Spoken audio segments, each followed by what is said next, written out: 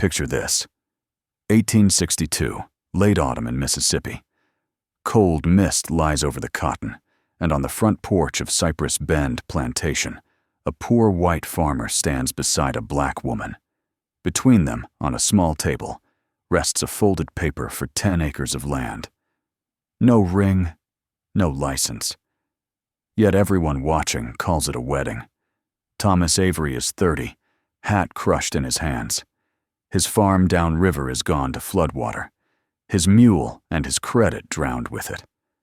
Hunger has driven him up these steps to bargain with a man who owns other human beings. Colonel Richard Malloy stands opposite, coat buttoned tight over a soft belly. He taps the paper with a gloved finger. 10 acres by the bayou edge, he says, loud for the yard below. Good ground if you keep it watched. You move into the cabin down there. You take this woman, Lottie, to live with you. Man and wife in all but name. That's the bargain. He speaks, this woman, the way he might say, that mule. Lottie does not look away, but she does not speak. She is young, maybe mid-20s, and large. A heavy body, thick arms, broad hips, a full belly pressing the seams of a faded dress. On the porch, white mouths twist. In the yard, older enslaved women stare at her as if the ground under her feet matters. Near the steps, an old black man mutters, "Third one." The woman beside him answers without moving her lips. First drowned in the high water. Second walked off and never came back. Land took 'em both. Reverend Clay waits with his Bible, uneasy. The law forbids him to marry a white man and a black woman, so Malloy has asked only for a prayer. We gather, Clay murmurs, to seek the Lord's favor on an understanding between two souls. He keeps his eyes off Lottie while he speaks. Malloy signs first, naming Thomas as tenant, so long as he reside with the negress Lottie and oversee the bayou ground. The ink looks oily on the damp paper. Then Thomas bends and scratches his name, hand shaking. 10 acres in return for sharing a roof with a woman everyone else avoids. He tells himself a man who turns that down is a fool. Malloy leans close. She eats near as much as she works, he mutters. But the land's worth stomaching, Avery. Remember that. In the yard, whispers move like a low wind. Lottie got herself another husband. He won't see spring. Men don't last with her. Only then does Thomas really look at Lottie. Her gaze meets his, steady, unreadable. For a moment he feels the board soft beneath his boots, the faint give of wet earth under the house, as if the ground itself is paying attention. By nightfall, he will be following her down a rutted track toward a sagging cabin at the lip of the bayou, 10 acres folded in his pocket like a promise. Behind him, the big house will shine with lamplight. Ahead, the water will lie black and still, waiting for the next man who thinks he knows the price of living, with Lottie. If you're still with me, take a second and do something small for this channel. Tell me in the comments where you're listening from. Name your town, your county, and think for a moment. Is there, near you, an old house with pillars, a field that never got built over, a patch of low, wet ground people still talk about in half-jokes? Places remember things long after people pretend to forget. And if stories like this matter to you, you can hit subscribe and turn on the little bell so you don't lose track of these lives the way the paper record so often did. Because this is not just a tale about a big slave woman and a desperate white farmer. That's how men like Colonel Malloy would have framed it. A joke, a bargain, a curiosity. She's large, you're hungry, I've got land to spare. Easy. Underneath that, it's something harder. A transaction that ties body to acreage, a poor white man pulled into the machinery of slavery by way of a woman's flesh, and a system so convinced it can price everything that it doesn't notice when the land itself starts to answer back. On plantations like Cypress Bend, women like Lottie were never just workers. They cooked, carried, birthed, nursed. Their bodies absorbed blows, pregnancies, disease, and still had to be useful. To turn one of those women into the price tag on a piece of property, 10 acres, provided he lives with her. That is another layer of violence. It says, your marriage, your bed, even your loneliness are for sale. For Malloy, the scheme solves several problems at once. He hides something strange that has grown up around Lottie under the cover of respectability. To outsiders, he can say, that's Avery's woman now, as though that changes who owns what. He gets a watchman on the swamp edge, someone who will shout if soldiers or runaways try to slip through. And he keeps the most unsettling person on his place, just far enough from the big house to feel safe. Plantation records, at least the ones that survived, don't call it a marriage. In a fragment from a Yazoo County ledger, likely Malloy's, there's only a dry line. Avery, T., white tenant, 10 acres by Bayou, residing with Lottie, Negro. No mention of Reverend Clay's uneasy prayer, or the faces in the yard when the pair stood side by side. Decades later, one of Malloy's daughters, Annabelle, would write in a cheap-lined notebook. Father gave a poor man land for taking Lottie away from the swamp. He laughed when he said it, but nobody laughed the next spring. She does not explain why. In the 1930s, a federal interviewer sat on a porch somewhere in the same county with a very old black woman who remembered Cypress Bend. On the onion skin typescript, you can still read, "They marry a poor white to fat Lottie for 10 acre. That man, he don't see much harvest. Swamp take 'em one by one." The interviewer added a note in the margin. Probably local superstition. Standing on that porch in 1862, Thomas doesn't know any of this future. He knows only that his stomach is empty, his name is on a paper, and the woman beside him breathes like every breath is a chore. When Malloy sends them down the lane toward the Bayou cabin, it feels to him like going to the edge of the world, but also like stepping toward a second chance. What he cannot see is that this second chance has already had 2 trials before him, 2 other men who made almost the same walk, with almost the same promise in their pockets. Men who, by the time cotton was up again, were names in a column marked drowned, gone, presumed runaway. To understand why Lottie stood there that night, with mud on her hem and that heavy silence in her chest, we have to leave Thomas at the top of the path for a moment and walk backward. Back through flood seasons and changing owners, to another low house on another plantation. To a night when the river was rising, and an old midwife lifted a newborn girl who already seemed to pull the floorboards down. She came into the world in water, not in a clean wooden room, not with a doctor and Bible verses, but in a low-plank cabin on Willow Ford Plantation, downriver. The year was somewhere in the middle of the 1830s, nobody bothering to count for a woman like Dinah, who worked the fields until the very day her pains began. Outside, the river had been swollen for weeks. The mud behind the cabins held prints of bare feet and pig hooves, and even at night, you could hear the soft, steady slap of water against the cut bank. Inside, it smelled of sweat, lye soap, and damp wood. Old Bess, the midwife, had laid rags and boiled a dented kettle, and kept one ear on Dinah's breathing, the other on the slow rumble of the current. When the baby finally slid into her hands, Bess almost dropped her. "She heavy," Bess whispered, more to the dark than to Dinah. "Lord, child, you heavy." Not just big for a newborn, dense, as if someone had packed river clay and wet sand under that slick brown skin. At the same moment, far off toward the levee, there was a crack like a rifle. Later, they would hear that a section of the bank had broken, and water poured into a low field full of young corn. Bess wrapped the baby, pressed an ear to that round chest. The crying came late, one long, wet sigh before the wail. "She carryin' something," Bess murmured, tracing a thumb over the baby's side. "Not just your blood, Dinah. Feel like she weigh more than you and me together."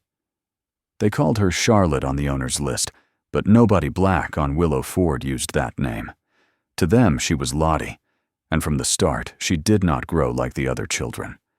Even when rations were thin, her arms stayed soft, her belly pushed against her shift.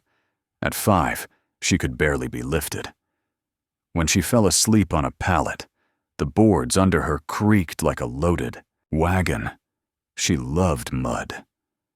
While other children were warned back from puddles, Lottie went straight for the fattest, darkest places, sinking her feet until the ooze climbed her ankles. She would stand there, eyes half shut, fingers kneading the muck as if listening through her soles.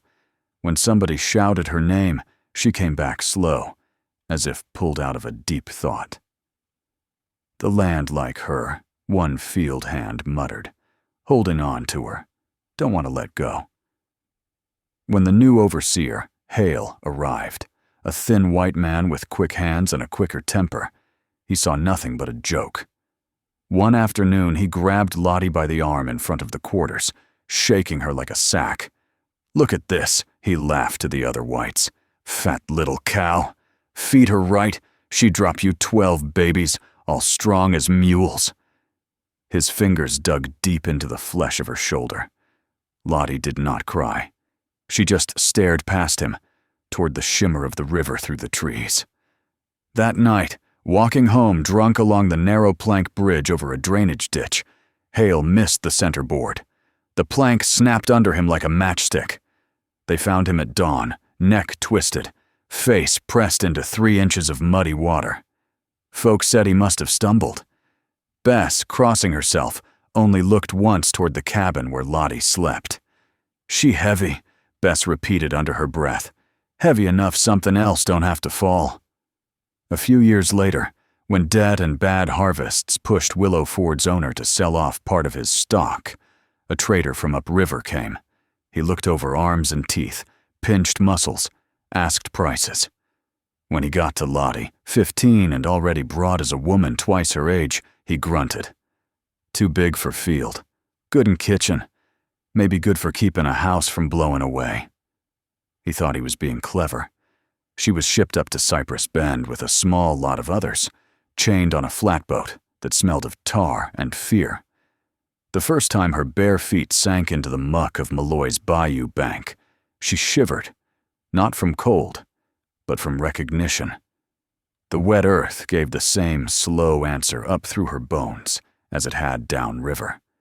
Soon came the first, husband, a young tenant named Crow, who laughed at her size and talked only of his new strip of soil. Then the second, Miller, cursing her as a curse. Both ended the same way. No body laid out proper, just names in a column and whispers in the quarters about footsteps that went down to the water and never turned back.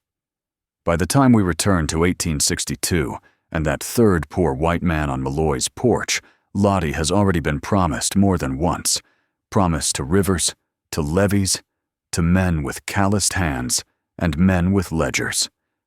When Thomas Avery looks at her and sees only a fat slave woman and 10 acres, he is stepping into a story that started long before he ever heard her name. The lamp smoked on its nail when Lottie finally spoke. Thomas had been drinking toward courage. Outside, the bayou whispered. Inside, he clung to one thought. 10 acres no landlord could take. "Well," he said, forcing a grin, "man and wife ought to start acting like it." Lottie sat on the bed's edge. "If you climb in that bed thinking on acres and fences," she said, "the ground'll take you first." He laughed too loud. "What are you, some swamp conjure woman?" The joke died when she raised her eyes. Without a word, she caught the hem of her shift and lifted it. It wasn't her size that stopped him. It was the marks. Across her belly and sides sprawled dark stains, branching like dried streams. "Old Bess said I was born with river marks," Lottie murmured. "Said folks put their fear on me." His hand moved before his mind. Her skin was cool, almost damp. Under his palm, something trembled, faint as far-off wheels. He snatched his hand back. "Just spots," he muttered. "Master at Willow Ford never called no doctor," she said. "Walked me in the shallows, told me stand still so the bank might hold." She spoke then of Crow and Miller. Crow, laughing that a paper made him more than a man shackled to some fat swamp woman. Miller, calling her curse when the bank slipped under his heel. Both sure the land was the prize and she the price. Both under water by spring. Thomas's scalp prickled. He pushed past her and stepped outside. The bayou lay black. To prove something, to her or himself, he grabbed a stone and flung it. "If you're hungry," he muttered toward the dark, "take something else. Leave me be." For a breath, nothing. Then, from beyond the trees, a crack, a bawl, men shouting. By morning, one of Malloy's mules lay with a shattered leg in a soft patch near the water. Back in the cabin, Lottie watched him. "They'll call it bad ground," she said. "Same way they called them men careless." That evening, older women slid an extra scrap of cornbread on Lottie's plate. Young men stepped wide around her. Near the woodpile, old Isaiah waited for Thomas. "I seen earth take its due," he murmured. "Sometimes it swallows quick. Sometimes it leans till a man breaks. Best not stand where you ain't meant." "I am meant," Thomas snapped, fingers on the folded paper at his chest. "Malloy gave me 10 acres. My right." Isaiah's gaze flicked toward the bayou. "Paper don't float," he said. That night, Thomas spread the agreement on the table. The ink loops looked like the dark lines on Lottie's skin. He pictured handing it back, pictured the road, draft riders, empty hands. He folded the sheet and tucked it close. "We'll manage," he told her. "You keep the house. I work the ground. That's enough." She did not answer. When he sagged asleep in the chair, she was a still shadow by the doorway.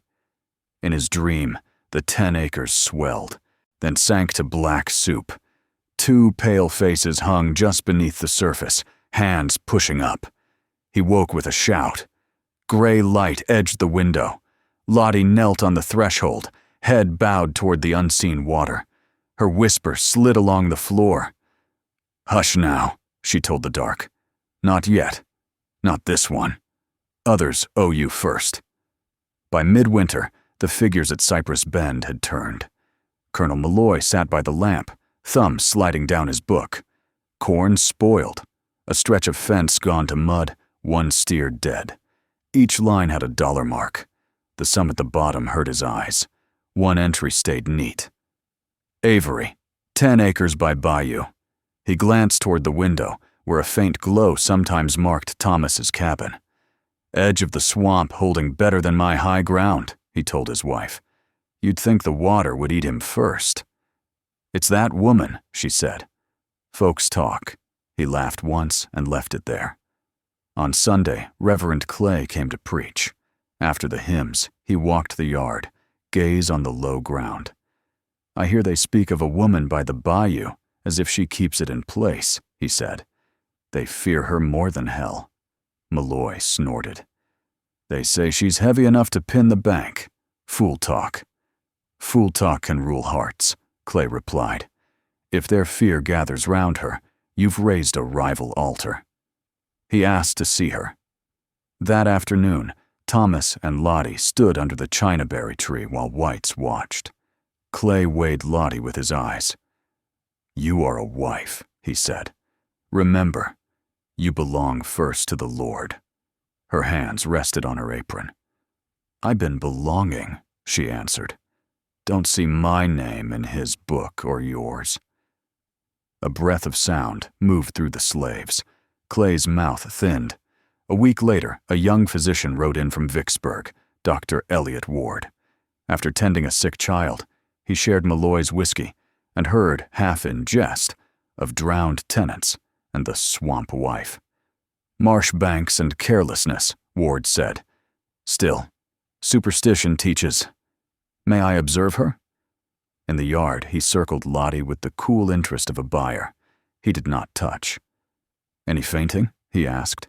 Night terrors? Ground talks in my sleep, she said. You'll not cure that with pills, he wrote quickly.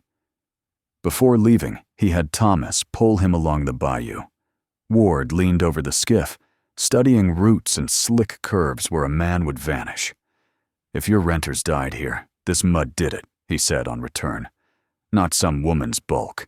Keep men back and you'll lose fewer. Thomas, wet from the pole, muttered, Mud been there a long time. Men only started going under after they tied her to it. Ward looked at him. You share their notion, Mr. Avery? I've seen this place break what leans on it wrong, Thomas said. Some of us been leaning longer than others. That line never reached Ward's notes. He wrote instead, obese female slave linked to deaths, shared delusion among Negroes and poor whites. That night in the quarters, the tale grew harder for having been mocked. Old Isaiah told the circle by the fire. They brought preacher with scripture, doctor with numbers. Storm still tore the gin roof, not her door. You tell me who the land is arguing with. Laughter came, low and uneasy. At the bayou cabin, Thomas sat on the step, land paper folded in his fist. Inside, Lottie moved about the single room. Each board under her feet gave a small groan. To him, it sounded like a scale shifting, deciding what price had truly been set on his 10 acres, and on the man who had taken them. By late summer, talk in the big house turned from storms to profit. Malloy paced. I'm wasting her, he told Reverend Clay. Keeping that woman by the bayou just to mind mud. She can work inside. Or I can sell her. Clay said, if the Negroes fear her, moving her may break that fear. But you can't let them think a slave stands between this place and God. On the porch, Thomas paused with a sack of corn, catching scraps. Move her for good. Avery keeps the strip. Sell her later. The words lay in him heavier than the sack. On Malloy's paper, he was one line, Lottie another. Acres for him, flesh for trade. What he had called marriage looked now like a bargain in 2 columns. That evening in the cabin, he said, they want you out of here. Into the house, maybe downriver. Says the place don't need you by the bank. Lottie listened. They think that edge is a fence post. Pull me off it. The low ground don't stay put. It walks. It'll pick whose steps to follow. 2 nights later, Hugh and Barrett came with rope, as if moving a hog. She did not fight, only breathed harder with each yard from the water. Thomas saw her prints sink deeper than theirs on the same path. They laid a pallet for her by the kitchen hearth. Malloy said, she sleeps here now. We'll see if hymns hold her better than frogs. Through the bricks, she felt a faint tremor, as if the ground under the walls shifted its shoulders. Out past the fields, the bayou lay black and still. Near midnight, Hugh went out with a lantern to check the sheds. The sky was clear, the air thick. Passing the empty cabin, he stamped his boot at the bank and laughed. The earth there let go. The lantern spun and hissed out. When they dragged him back, mud to his chest, his legs hung useless. As they carried him past the kitchen door, he spat Lottie's name like a curse.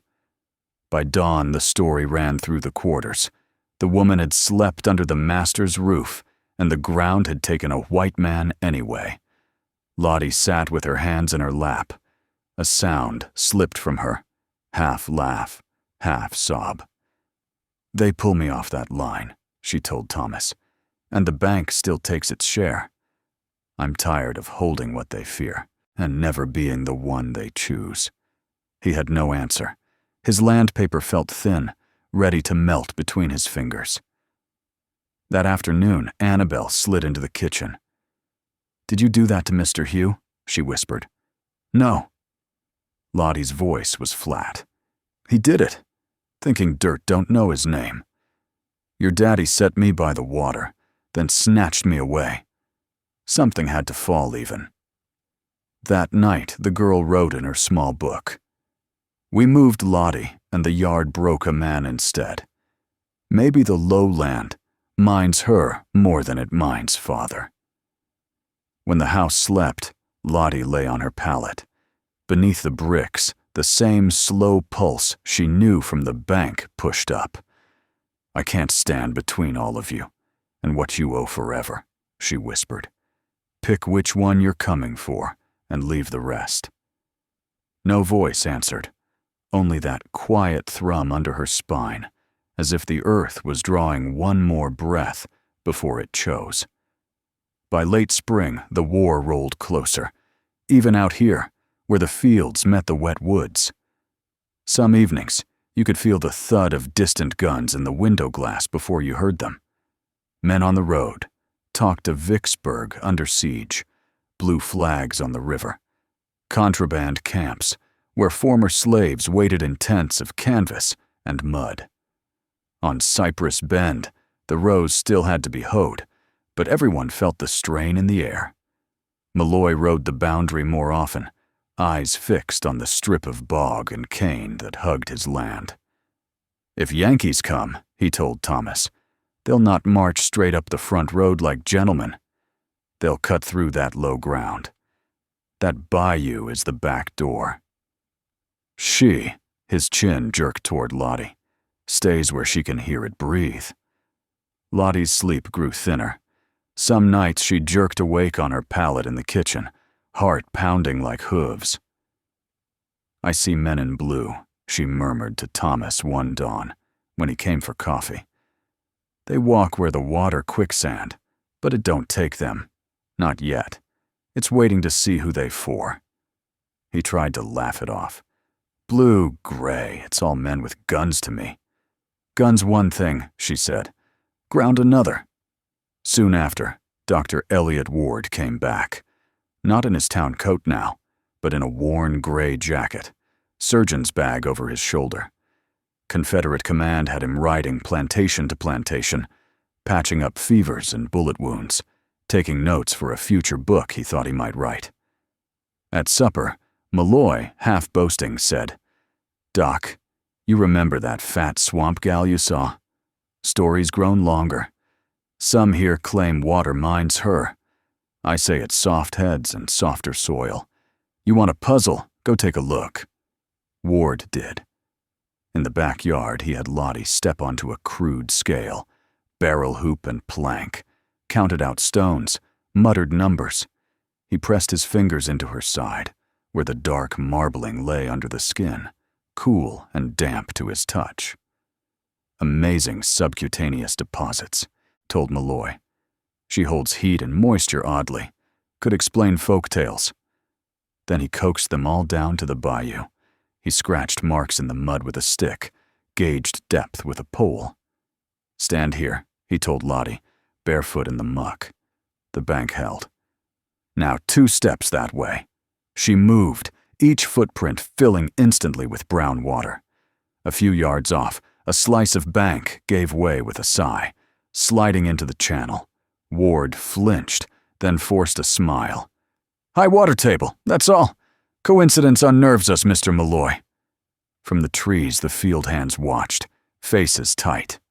Old Isaiah spat in the leaves. "When white man starts counting what we already know, trouble coming," he muttered. "They don't like it when numbers talk back." That night, Lottie lay awake, feeling the echo of the pole in the bottom, the way the bank loosened when she shifted. "They poked you like a cow, weighed you like cotton," Thomas said softly from the doorway. "They done worse," she replied. "Now they want to write it down. Make my body fit their pages." For a moment, we stepped back from the cabin and talked plain. Folks back then needed every strange thing to wear a label. illness, sin, or Negro superstition. If it didn't fit, they squeezed it until it did.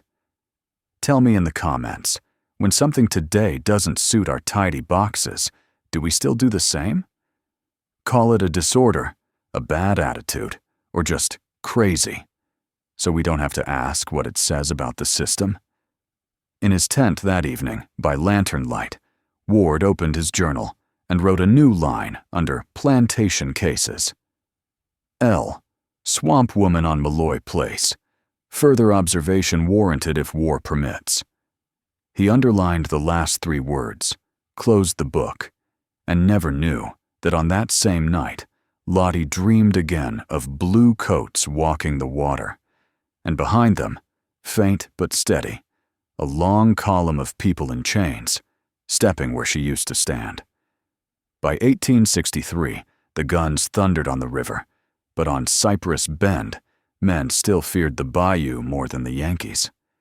Its bank kept slipping, and Malloy had tied that danger to one heavy body. Lottie, the woman kept in a shack on its edge. Reverend Clay saw how people stepped aside when she passed, how mothers brushed their children when her shadow crossed them. After Sunday preaching, he told Malloy the slaves now spoke of her as someone who could talk to the mud, and warned that when fear settled around a slave, a master was already losing his hold. Malloy, thin from bad sleep and bad figures in his ledger, said that if she held that bank, he would endure their tales. He needed ground more than comfort.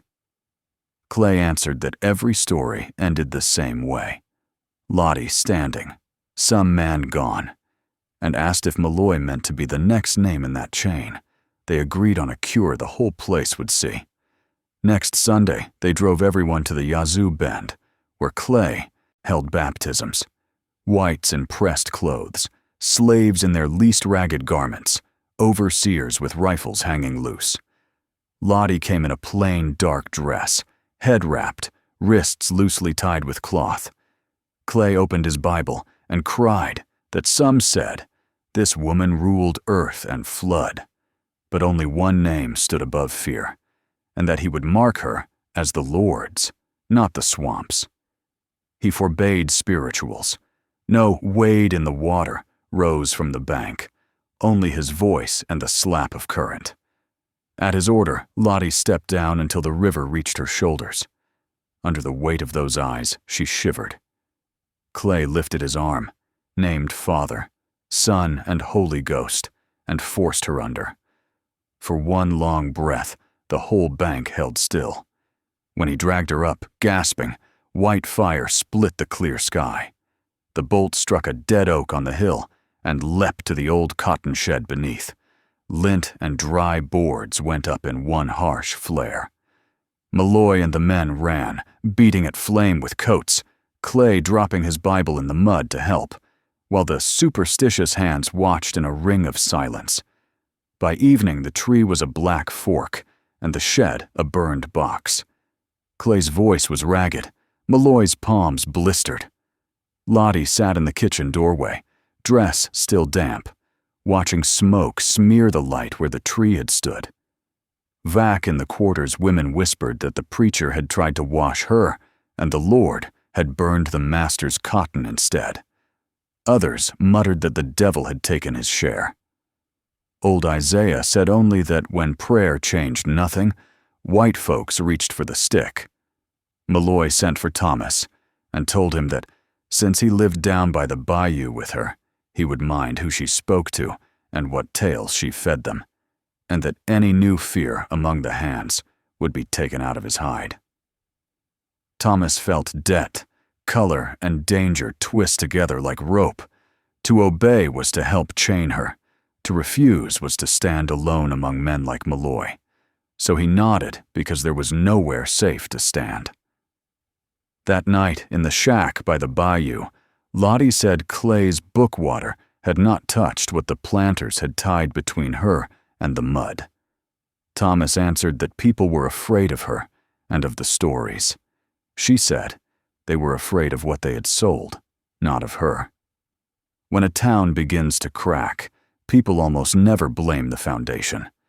They pick a face, a woman, a misfit, someone just outside the frame, so no one has to look at the beam that is really splitting.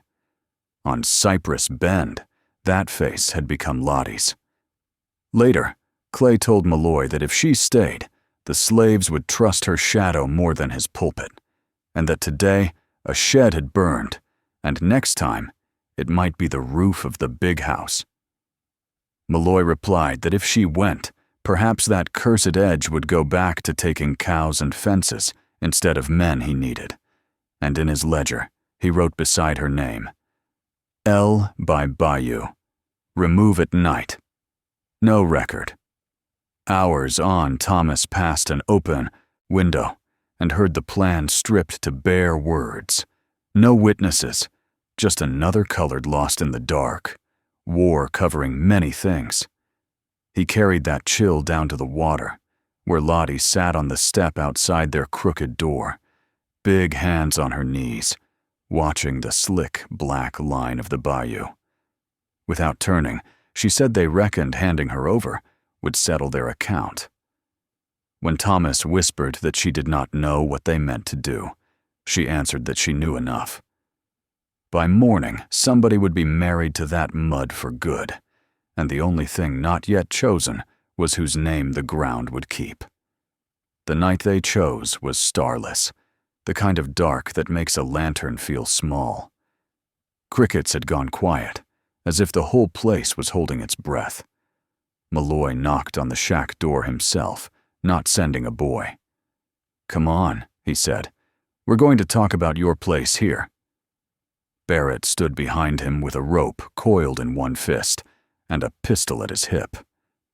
Thomas came last with a lantern, the light throwing their shadows ahead like a procession to a grave. Lottie stepped out without asking where. She tied her headscarf tighter, glanced once toward the water, then let them lead. The path to the bayou sucked at their boots. Somewhere further off toward the road, there was a faint thud that could have been distant artillery or thunder. None of them stopped long enough to decide. Down by the black lip of the bayou, Malloy waved Thomas closer with the light. The water lay flat, only a faint glimmer where the lantern caught it.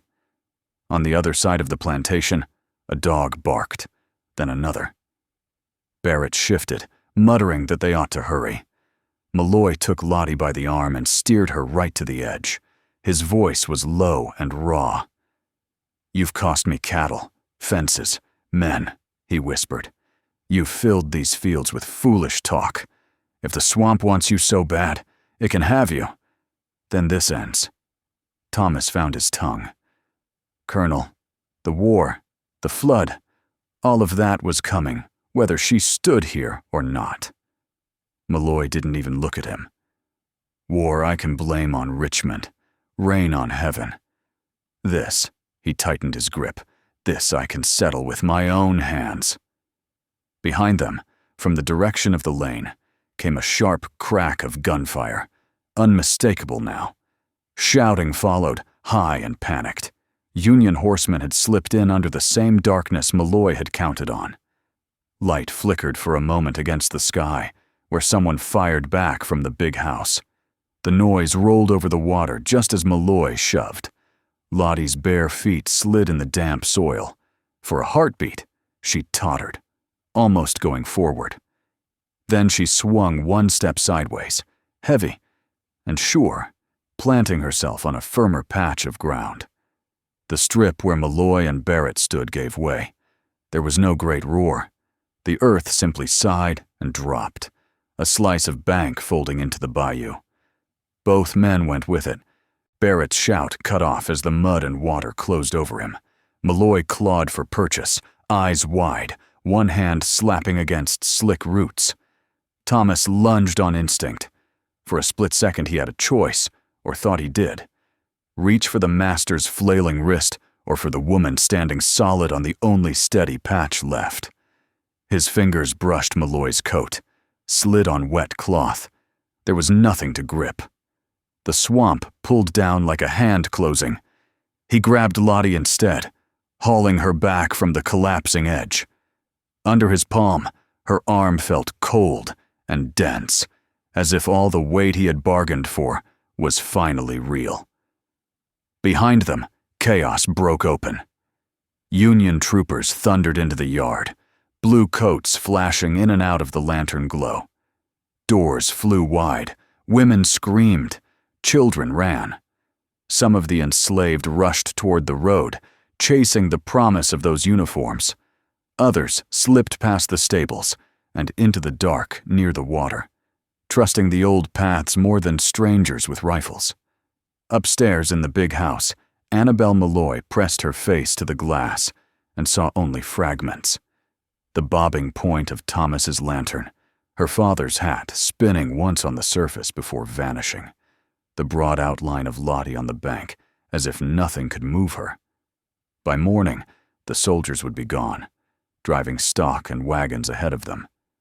A clerk would note in some neat report that a planter named Malloy had perished by accident in a swamp during night operations. No one would ask what he had been doing there with a lantern and a rope. Among the black families who stayed near that strip of Yazoo earth, the telling would be different. They would say the swamp finally claimed the man who tried to trade a woman's life for 10 poor acres, and that a third husband had held on to her when the ground chose. You and I, reading later, will see only the bare words in the official line. Drowned, property damaged, cause uncertain. The next part of this story lives in the silence beneath that sentence. What happened to the land, the shack, the people who woke to find their master gone and the bayou a little wider than it had been the day before? The war passed like a fever. By the time the bluecoats were gone, only smoke, silence, and a few half-standing sheds marked what had been Cypress Bend. The plantation ledger burned in the same fire that gutted the big house, but the county clerk wrote his short replacement. Owner Richard Malloy, drowned in bayou during night operations, property damaged by flood. Nothing more. Not a word about the woman who lived at the water's edge, nor the man who survived beside her. Friedman's bureau agents came months later, traveling with mules and folded ledgers. They found the cabins partly sunken, fences leaning, the fields a mat of reeds. To the black men and women who stayed, they asked names, births, skills. Most gave the same answer. Worked on Malloy Place, left behind when master drowned. A few added something softer. We was kept safe by the swamp lady. The clerks didn't write that down. Thomas Avery stayed. The land was his only measure of meaning now, even if it was ruined. He patched the shack, planted beans in the dry strip. When a federal agent arrived taking claims from loyal poor whites, Thomas limped forward, hat in hand, and called himself a tenant, wronged by war. He spoke of fences and hogs, never of Lottie.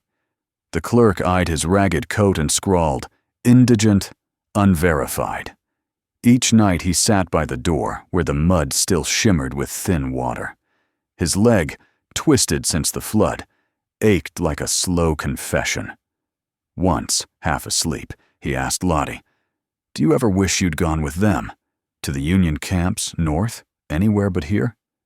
She stirred the fire and said quietly, "You can't run from ground that remembers your feet." In the years after 1865, the Bureau tried to remake order. Freed people signed contracts they could barely read. New landlords drew maps over the same cursed soil. Swamp edge, unfit for planting, the surveys said. No mention that someone still lived there, tending a small garden and midwifing births. The women who came to Lottie whispered that her hands felt like the earth itself, cool, firm, carrying some old patience. When a child was born safe, they left bits of bread or a sprig of sage on her step. None ever asked where she slept. Some said she moved between the cabins and the edge, always returning to the bayou at dusk. By 1867, another flood came downriver. The water rose sudden, taking hogs and half the corn. Thomas hobbled out into the rain to pull a mule from the current. The bank gave way beneath him. They found him later tangled in driftwood, his good hand clenched on a broken fence post. The county report read, "White male, approximate age 40, drowned during high water." Lottie buried nothing. The river took what it wanted. After that, her name faded from paper. The Freedmen's Bureau folded into new offices, and the Malloy property, unproductive, was divided among creditors who never saw it. In the next decade, maps replaced Cypress Bend with a blank curve of bayou. But among the freed families who stayed in Yazoo County, stories thickened. They said the swamp woman lived long enough to catch the babies of those who once feared her. They said she grew heavier each year, as if her bones filled with silt. Then one season, she simply stopped coming to the cabins. A girl who went to look found only her shawl on the porch rail and a deep print in the mud, shaped like a foot that had stood too long and finally sank. Years later, an old man who claimed to have known her would mutter, "She kept the water out till she couldn't." In the courthouse, her name was never written. In the kitchen, songs it never left. When the clerk's neat hand drew a final line through the column for Cypress Bend, the ink pooled slightly, as if the page itself were damp. That same year, in another ledger across town, a bureau agent recorded a freedwoman saying, "They gave a man land for marrying her. Land took him back. She stayed." The agent filed it under folklore, but out near the bayou, after rain, people swore the ground still breathed slow underfoot, like something resting, heavy, but not asleep. When Reconstruction loosened its grip and drifted into the long, hard dark that followed, the bayou people kept their own archive, spoken, never written. Lottie had no grave, no stone, no date, but she had witnesses. In 1879, a traveling surveyor named Hale, not kin to the overseer drowned decades earlier, mapped Yazoo County's lowlands for a levee proposal. In his notebook, he sketched the bend where Malloy's plantation once lay and wrote a puzzled line. "Bank here unusually stable, though surrounding soil poor. Local Negroes refuse to guide passage." He asked why. A woman selling biscuits at the river landing said, "Some standin' there 'fore you was born. Some gone under." Hale pressed for names. She shrugged. "Bank takes what it know, leaves what it owe." He laughed, but that night, camped on the high road, he dreamed of a woman waist-deep in mud, lifting one hand as if weighing him. He woke sweating and blamed the heat, but he struck the entire section from his final report. No engineer wants to argue with ghosts he pretends not to see. A decade later, a journalist from Vicksburg came collecting local color. He interviewed storekeepers, the sheriff, old veterans. Most gave him the polite half-truths of men who expect their words in print. But on his last night, he shared a jug with an elderly black man who had once picked cotton for Malloy.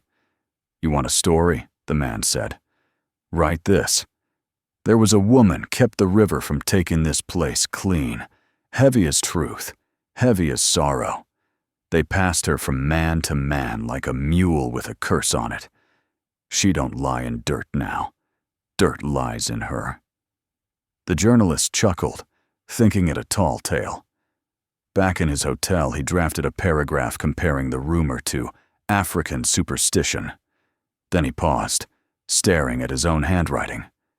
Something about that phrase, "passed from man to man like a mule," had the ring of fact, not fable. He tore out the page.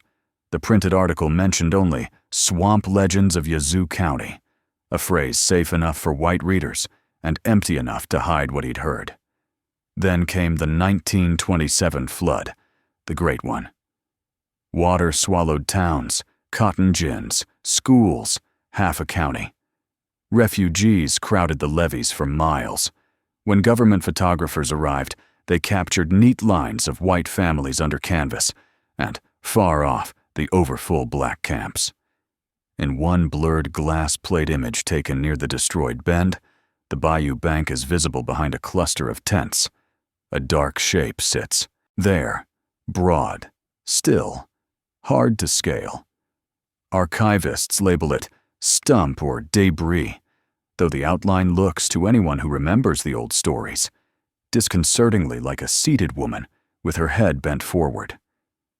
In the 1930s, Works Progress interviewers returned to collect slave narratives before the last elders died. One interviewer, a young white woman from Memphis, sat with a 90-year-old midwife named Ruth. On the transcript, typed faintly on onion skin paper, is this exchange. Interviewer: Did you know a woman named Lottie, Ruth? Know her?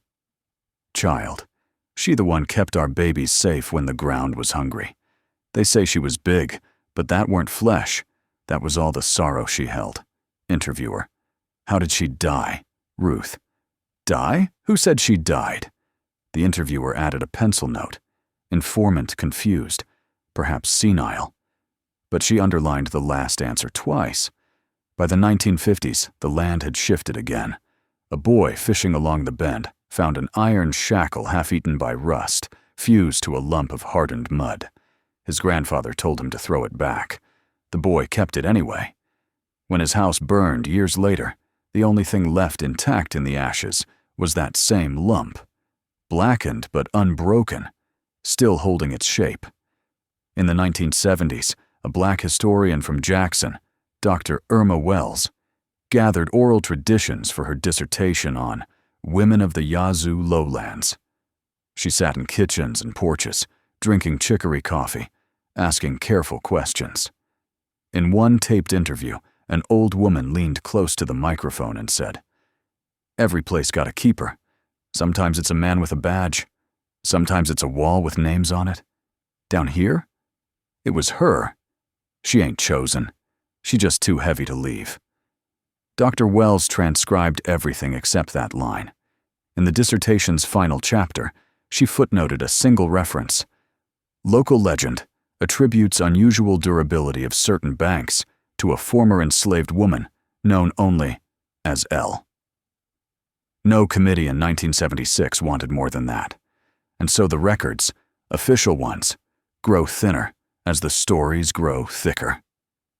If you walk the bend today, you'll find nothing but cypress knees, a tangle of briars, and a hush that falls too quickly when you step close to the water. But people still warn their children not to run along the edge. They say the mud remembers footsteps. Next time, in the last part, we'll talk about what it means to inherit a story like hers, what it asks of us, and what weight it leaves behind.